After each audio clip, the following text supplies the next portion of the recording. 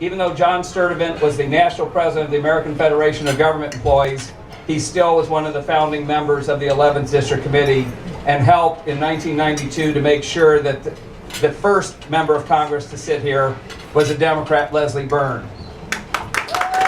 Then we get to my friend George Burke, who at the time was working with the International Association of Firefighters, working with them, holding a job with their communications department. He was working at the national level, but he understood politics was local, as he played a very prominent role in returning the 11th District to Democratic hands when my friend Gerry Connolly became congressman.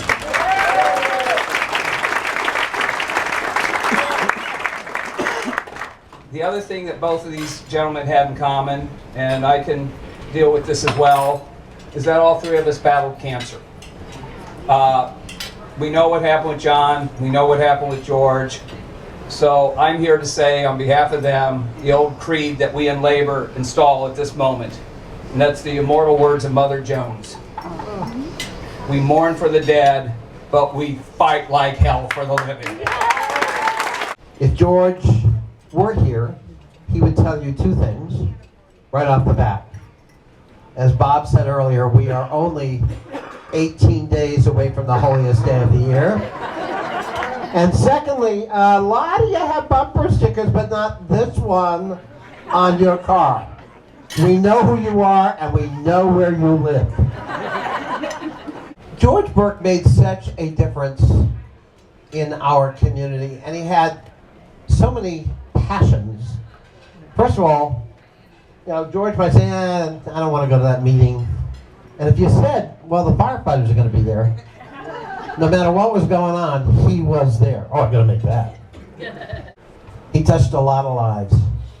On the Hill, he mentored other press secretaries. We had a memorial service for George, and I couldn't get over how many people showed up and how many people had testimony as to just advice, counsel, a shoulder sometimes to cry on. George provided in the Hill.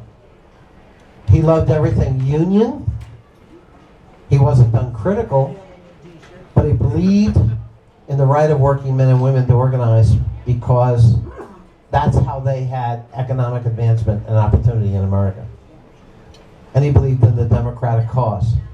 And I can tell you in the years we were together in the Hill, he believed in that cause more than ever.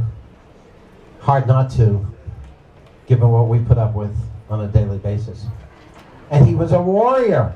He never gave up. He never was down. He was always cheerful about it and passionate about it. And those are qualities all of us can use. It's easy to get discouraged, but we're playing the long game here. And this year, I think George's prayers were answered when we look at the presidential contest on the other side. Virginia turned purple almost slyly because of people like George Burke, who spent 30 years believing in the cause, never giving up, organizing, encouraging, mentoring. It took him away from his family a lot. But a lot of people will benefit because of the labors of George Burke. He was my friend of 32 years. He wasn't just my press secretary. He was the other gray hair in the office. He was the source of amusement because of his ancient ways in our office. And I don't know, there was one time he looked at somebody with a haircut and said, "You reminds me of Sergeant Fury." No one knew who the hell Sergeant Fury was. Yeah, we had to go way back. But it never bothered George. These kids don't know anything. We love our friend. We miss him every day. And I know that when I get up in the morning, the best tribute I can give to George Burke is to rededicate myself to democratic values and to the fight.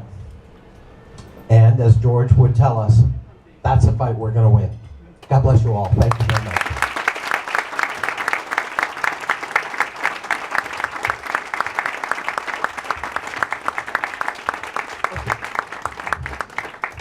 And we're making the presentation of the Sturdivant Award to Sharon.